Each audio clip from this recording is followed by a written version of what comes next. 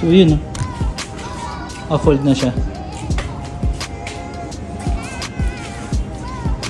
Pangs. Tingin nyo, kasang-kasa yan sa sakyan.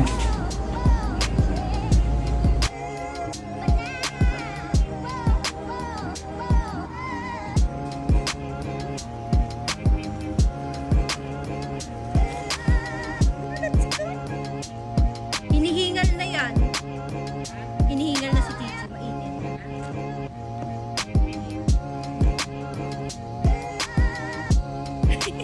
Ang cute.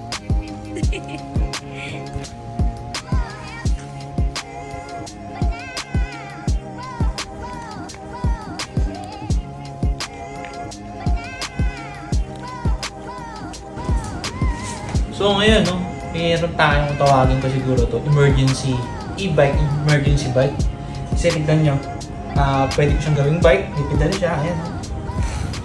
Meron din siyang electric e-bike siya.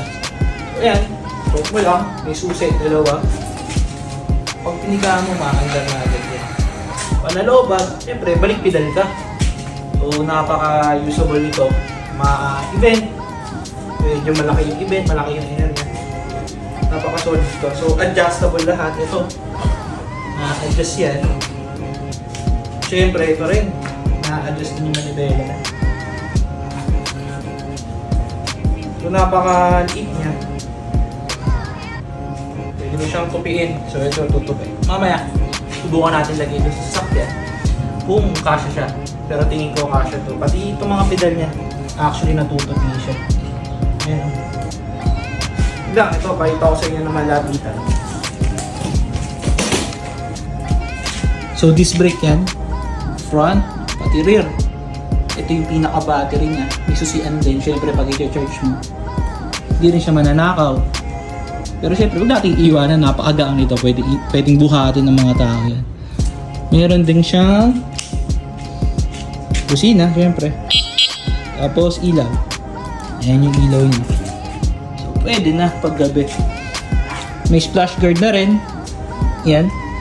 Uy, may ilaw din pala dito sa likuran. Yung sticker, pinalitan ko na yan, syempre. Tinanggal ko yung brand niya. Pero ito yung brand niya. Yaon. New Life. Folding e-bike. Meron na rin spring yung upuan niya. Ayan. Makikita mo. Ito yung front. Ayan, may suspension na rin siya.